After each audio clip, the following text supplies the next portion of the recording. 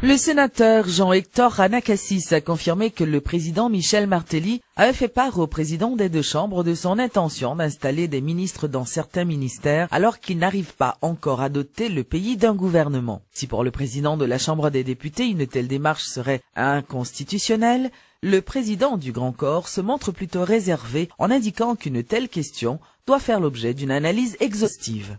Il est dans l'intention du président de la République Michel-Joseph Martelly d'installer des ministres dans certains ministères, alors même qu'il n'a pas encore mis sur pied un nouveau gouvernement.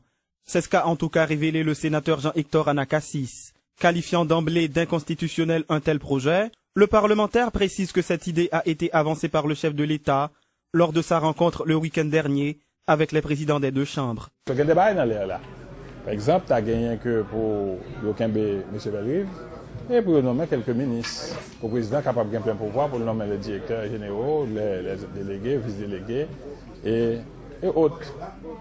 Et je crois que le Sénat et la Chambre des députés, les deux présidents, reprennent acte, reprennent engagé dans un type d'activité comme ça, dans un type de procédure comme ça, parce que son bagage anticonstitutionnel lié.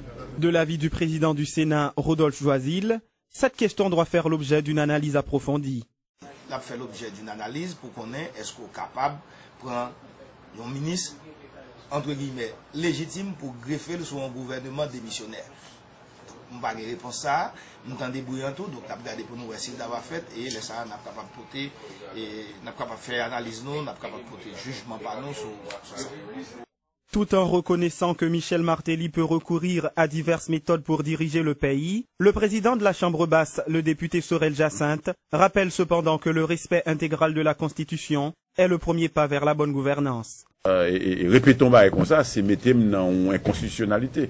Donc quelque part, le président, c'est les qui méthode l'a pas adopté pour le gouverner le pays ça, mais l'essentiel que je dis et je le répète, la Constitution de 87 est claire. Très très clair comment à diriger le pays ça. Nous sommes dans un régime et nous sommes obligés, comme je disais, et je vois que le président est en train de répéter et tout ça, et c'est très bien, nous sommes dans une dictature des procédures et des lois. De l'analyse de plus d'un, doter le pays d'un nouveau